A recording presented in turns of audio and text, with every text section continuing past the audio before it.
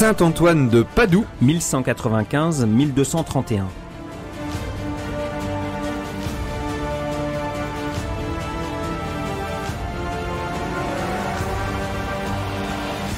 c'est le saint que tout le monde aime, disait de lui le pape Léon XIII, et le pape Pie XII complété, c'est le saint de tout le monde.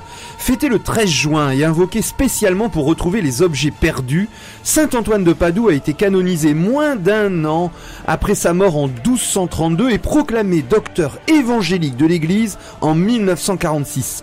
Portugais d'origine et non italien comme on le croit souvent, le frère mineur Saint Antoine est l'un des plus grands évangélisateurs du XIIIe siècle, à la suite de son maître et ami Saint François d'Assise. La science des saints, c'est de connaître Dieu au sens biblique de la connaissance, qui est une connaissance d'amour. La science des saints, c'est donc d'aimer Dieu. Et le génie des saints les plus populaires, comme Saint Antoine de Padoue, c'est d'incarner dans leur vie et leur enseignement l'amour de Dieu.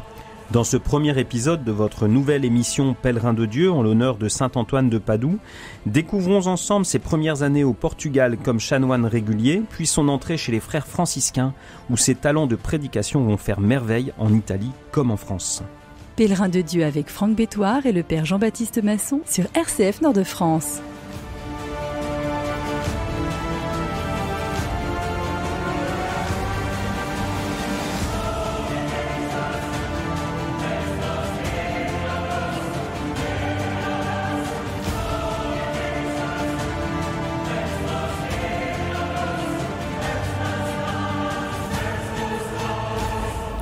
Antoine, Saint Antoine de Padoue, qui ne s'appelait pas Antoine au départ, Fernando Martins à son baptême, qui est né non pas à Padoue mais à Lisbonne, capitale du Portugal, alors la date retenue par l'Église c'est 1195, on pense que ça doit être un petit peu plus tôt selon des recherches notamment sur son corps, mais alors c'est un Portugais et en introduction dans le contexte, je voudrais simplement vous révéler cette histoire du Portugal tout à fait étonnant puisque c'est le dernier né au XIIe siècle des royaumes chrétiens ibériques.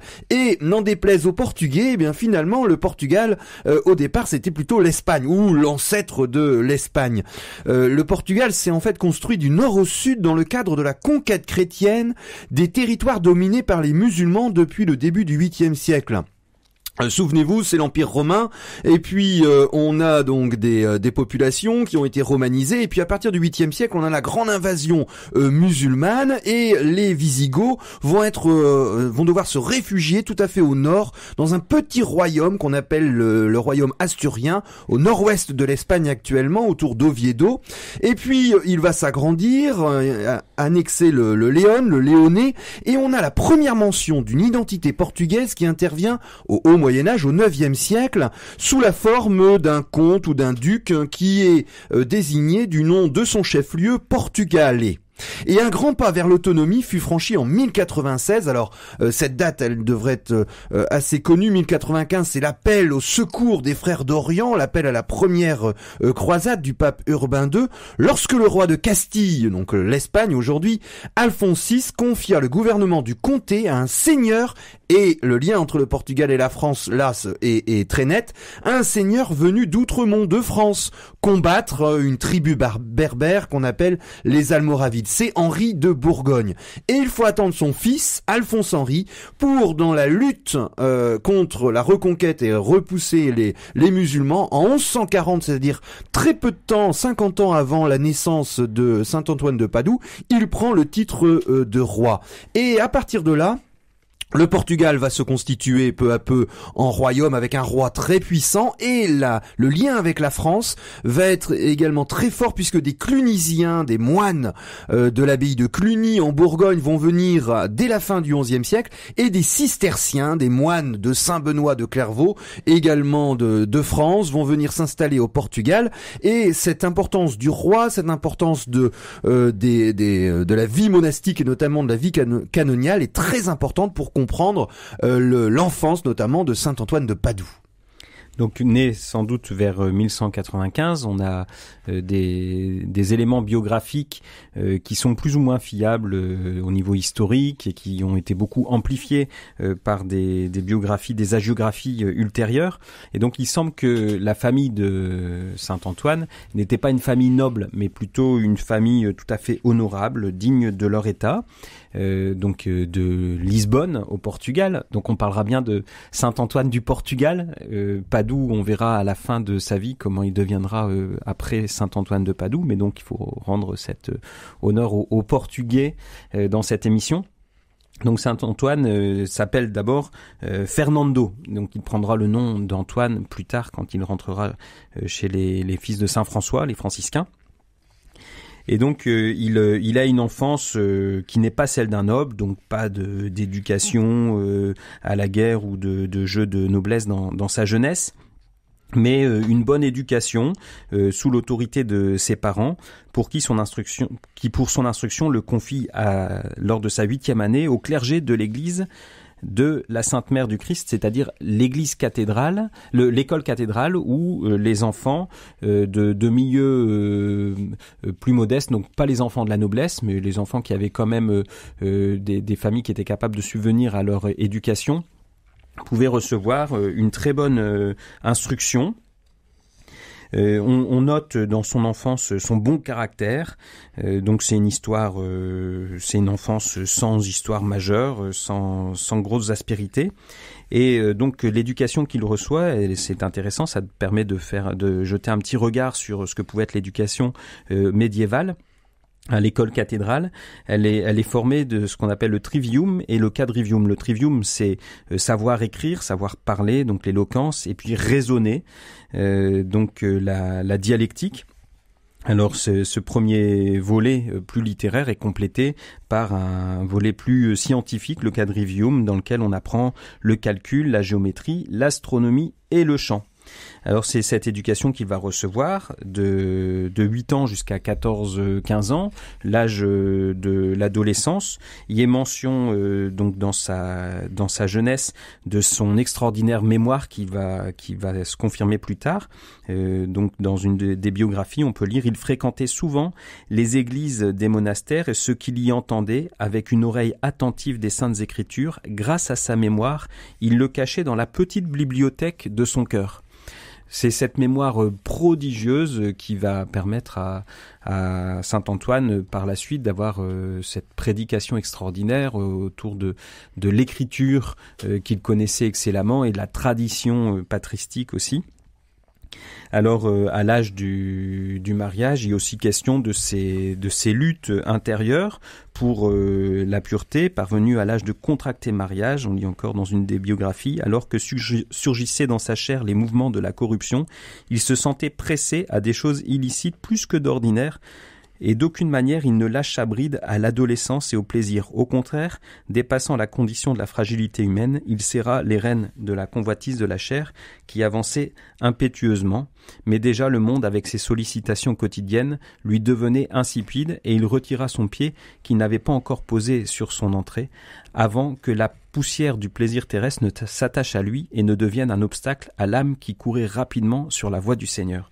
Et donc il entre comme dans un monastère, il devient chanoine à Santa Cruz de Coimbra.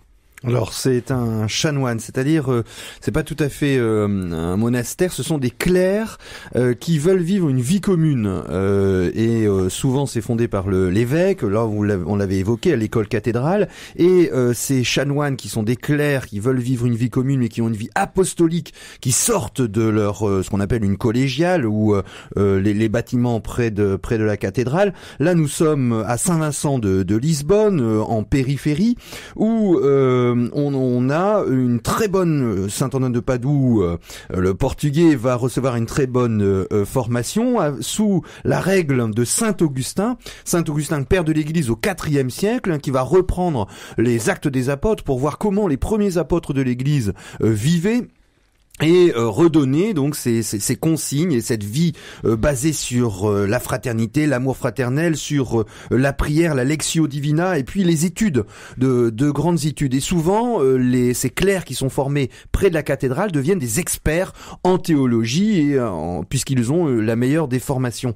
Mais il a à peu près 16-17 ans on pense, et donc il est chanoine régulier. Il va y rester très peu de temps, 2 ans, le temps de faire ses premiers vœux, et il va, on a une très belle source qui est tout à fait contemporaine, puisque Saint Antoine de Padoue va être canonisé juste quelques mois après sa mort. En 1232, on a ce qu'on appelle l'Assidua, qui est une des premières biographies d'un anonyme, mais on pense que c'est un frère franciscain de Padoue, qui explique ceci: ayant supporté pendant environ 2 ans qu'il demeura en ce lieu les visites fréquentes d'amis importunes aux âmes qui se dévouent à Dieu, afin de couper court à toute occasion de ce genre, il décida de quitter le sol natal, qui contribue considérablement à affaiblir les âmes viriles, afin de pouvoir servir le Seigneur avec plus de tranquillité dans le port de sécurité d'une terre étrangère. Et donc il va partir à plus de 200 km plus au nord pour devenir chanoine à la Sainte-Croix de Coimbra, où il va devenir prêtre à 25 ans, et il va y rester près de 8 années, de 18 à 26 ans, où là il va recevoir la meilleure formation théologique de toute l'Europe, puisque ces chanoines réguliers, on est dans le contexte de la réforme grégorienne peu de temps avant, qui a voulu redonner aux chanoines une vie commune, puisque ça s'était perdu dans les siècles précédents. En fait, les formateurs, les maîtres venaient de la grande université qui va devenir l'université au XIIIe siècle de Saint-Victor de Paris. C'était également des chanoines réguliers. Donc là, il boit l'école notamment des grands pères de l'Église.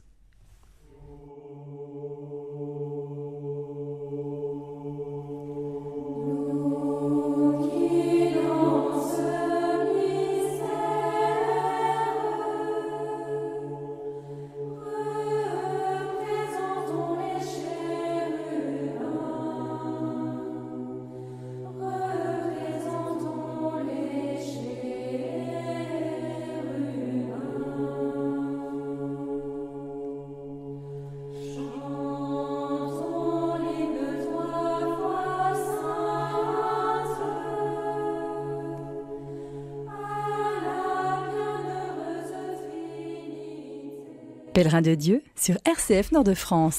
Nous sommes au Portugal, à Coimbra, en compagnie de Fernando, le futur Saint Antoine de Padoue, dans un climat religieux d'excellente qualité, où chanoine régulier, il vit à la fois une vie fraternelle, une vie intellectuelle intense, et il est ordonné prêtre à l'âge de 25 ans. Et va se produire un événement religieux qui va donner une nouvelle forme à sa vie. Il s'agit de l'arrivée des reliques des martyrs de Marrakech. Donc il s'agit de 5 frères franciscains. On est au tout début Saint François commence son œuvre, et dans la ferveur des débuts franciscains, on envoie des missions un peu partout, et notamment vers les musulmans. Et donc ce sont des missions qui sont à la fois vécues dans l'enthousiasme évangélique du début des franciscains, avec le retour à la pauvreté, à l'exigence évangélique, à la prédication de la parole de Dieu, avec aussi ces missions qui, il faut le dire, sont mal préparées, et donc vont aboutir à ce qui, sur le plan humain, semble vraiment des échecs fracassants. Et donc ces cinq frères qui sont partis, en passant par le Portugal, qui sont partis à Marrakech, annoncer l'évangile aux musulmans, ont eu tout simplement le crâne fendu, et leur corps a finalement été retiré à la fureur de la population. Et puis on a réussi à récupérer leurs reliques, et elles sont arrivées donc à Coimbra, là même où vit Fernando. Et donc le spectacle, ce spectacle des martyrs provoque une impression énorme. Donc ce sacrifice de leur vie qui semble bien inutile et bien vain, aussi dans une mission qui a été quand même assez vécue dans l'enthousiasme et assez mal préparée, mais elle va quand même produire des fruits extraordinaires de ferveur et de réflexion. Donc Fernando qui est installé dans un ministère bien en vue, bien placé, en est profondément bouleversé et il prie et réfléchit, et donc la biographie l'Assidua lui fait dire ces mots: ah, si le Très-Haut daignait me faire partager la couronne de ces saints martyrs, si l'épée du bourreau pouvait me trouver à genoux lui tendant le cou pour le nom de Jésus, crois-tu que je pourrais voir ce jour? Crois-tu que je pourrais rejoindre ces moments heureux? Et donc, habité par ces pensées, il va décider, donc ce qui semble avoir été aussi un processus mûri, vraiment réfléchi, de demander l'entrée chez les franciscains. Alors en même temps, cet échec de la mission des franciscains à Marrakech, la beauté du don de leur vie provoque une réflexion, une maturation sur le martyr. Au-delà de l'échec, il y a la question aussi d'être capable de donner sa vie, comme l'a fait saint Paul, mais il y a la question de l'efficacité de ce don. Donc saint Paul est mort martyr, mais il a eu le temps d'annoncer, de prêcher l'évangile. Et donc, il y a cette question aussi autour de saint Paul, comme le martyre de l'apôtre a été retardé pour mûrir la foi des néophytes. Ainsi, donc pour Antoine, il y a cette question pour que sa vie soit plus utile au fils de la Sainte Mère Église en Italie, que l'effusion de son sang n'eût été profitable à la fois chez les païens obstinés. Et donc, plutôt que d'aller mourir directement martyr à Marrakech, en suivant l'exemple de ces premiers franciscains, saint Antoine va partir en Italie à la rencontre de ces franciscains pour épouser cette vie plus pleinement évangélique qui l'attire profondément.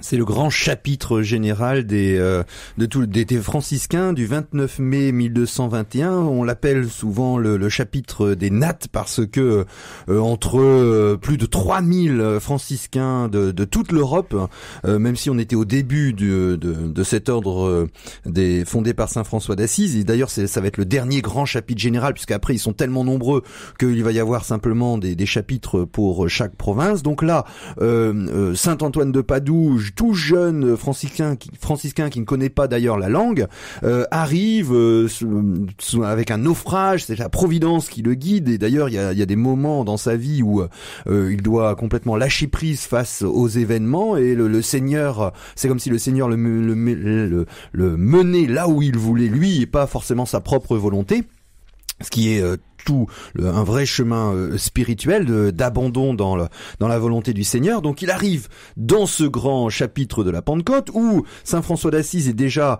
moins présent, puisqu'il va laisser les rênes à le frère Élie, et puis là on fait la répartition de tous les frères, la mission de chaque frère, et selon la tradition il se retrouve là tout seul, ne connaissant pas la langue, alors que lui c'est un très grand théologien. On l'a vu dans sa formation au Portugal. Et là, il y a le provincial de Romagne, en Italie, du Nord, le frère Gratien, qui lui demande alors s'il était prêtre. Et saint Antoine de Padoue lui répond oui. Et là, il avait besoin de prêtres, parce que les frères franciscains, souvent, n'étaient pas prêtres. Il y avait un mélange entre les deux. Et d'ailleurs, saint François d'Assise lui-même n'était pas prêtre, mais diacre. Et frère Gratien l'envoie à Monte Paolo, sur les hauteurs de Forlì, où 6 frères vivaient en ermitage. Et là, pendant 1 année et demie, il vécut dans le silence, la prière, et par les jeûnes et la pénitence, maîtrisa durement son corps. Et on le verra que cette discipline du corps va expliquer notamment que sa vie dense ne va pas durer très longtemps. Alors, on vient ensuite une nouvelle orientation à sa vie. Donc, celui qui est désormais non plus Fernando, mais Saint Antoine, lors d'un rassemblement des frères donc à Forlì, va lors de ce chapitre être propulsé au devant de la scène. Donc lui qui a épousé une vie cachée, d'humble service, qui paraît peu instruit parce qu'il s'est retiré dans un certain silence. Eh bien, au cours de ce chapitre, il faut quelqu'un pour prêcher aux frères. Et puis les frères se dérobent les uns après les autres. Et donc le supérieur l'avait entendu à certaines occasions parler latin. Et donc il savait que il maîtrisait plus ou moins le latin, et à ce moment-là, il va lui demander d'assurer la prédication. Et ça va être donc Antoine résiste un peu, mais il obéit, et c'est une véritable révélation. En septembre 1222. Donc se manifeste cette capacité étonnante d'Antoine à une prédication à la fois savante mais simple et qui touche les cœurs.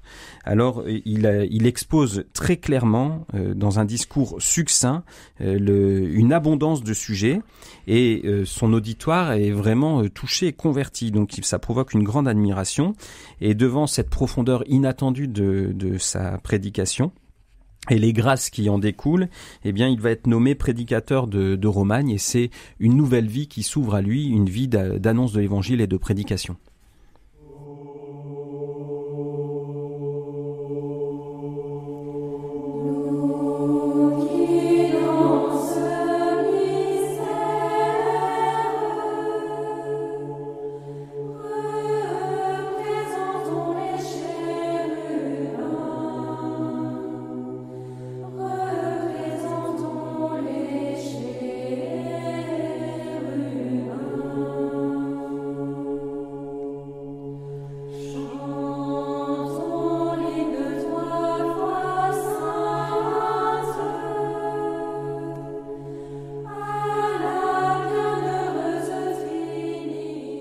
Pèlerin de Dieu sur RCF Nord-de-France.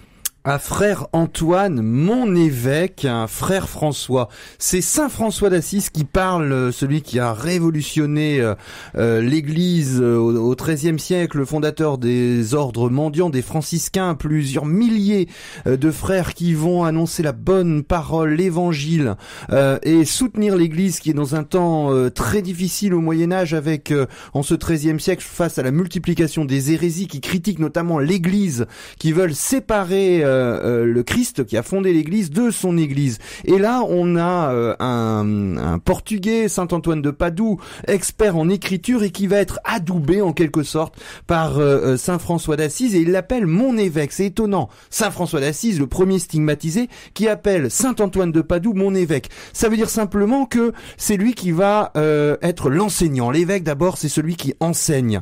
Frère François, salut. Je continue. C'est toujours Saint François d'Assise qui parle à Saint Antoine de Padoue. Il me plaît que tu lises la théologie sacrée aux frères, pourvu que dans l'étude de celle-ci, tu n'éteignes pas l'esprit de sainte oraison et de dévotion, comme il est contenu dans la règle. Va bien François. Voilà le Saint François d'Assise qui dit à Saint Antoine de Padoue: tu es très intelligent, tu connais le sens des Écritures, avec notamment l'approche des pères de l'Église, mais attention, ne dissocie jamais ta foi de ton intelligence, parce que l'étude de l'Écriture doit être surtout au service de dire que tu aimes le Christ et que le Christ aime tous tes frères. Donc dans ce contexte, il y a qu'on a évoqué d'hérésie, c'est-à-dire devant les faiblesses intérieures de l'Église, il y a un mouvement de critique et de contestation de l'Église qui donne vraiment prise à ces critiques, donc notamment pour critiquer, contester la valeur des sacrements, la hiérarchie de l'Église et ses ministères, et donc ces hérésies sont très répandues au nord de l'Italie et dans le sud de la France. Et donc il y a la question de quelle réaction. Et donc la réaction, elle peut être aussi militaire ou brutale, et va naître auprès des saints, notamment Saint Dominique et Saint François, une autre forme de réaction beaucoup plus évangélique, celle de la prédication et de la conversion. C'est-à-dire à ces critiques, on répond par une conversion de vie, de mœurs, pour redonner à l'Église sa saveur évangélique et tout son éclat. Et donc saint Antoine, qui a fait ses preuves en Italie du Nord dans sa prédication, on a pu l'appeler le marteau des hérétiques. Donc c'est un surnom qu'on a donné à plusieurs prédicateurs qui avaient beaucoup de succès, mais c'est pas du tout par la violence de sa prédication, au contraire. Donc comme saint Dominique ou saint François ou les cisterciens aussi, qui sont déjà à l'œuvre au sud de la France où saint Antoine va être appelé à son tour, eh bien il y a ce désir de répondre à l'hérésie par le respect, par la discussion loyale et surtout par la réforme du clergé et des laïcs. Et donc par cette crise de l'Église, alors on peut faire des parallèles aussi aujourd'hui entre les réponses qu'on donne, les bonnes et les mauvaises réponses, mais cette crise de l'Église va susciter un nouvel élan de sainteté dont saint Antoine va être une des plus belles fleurs.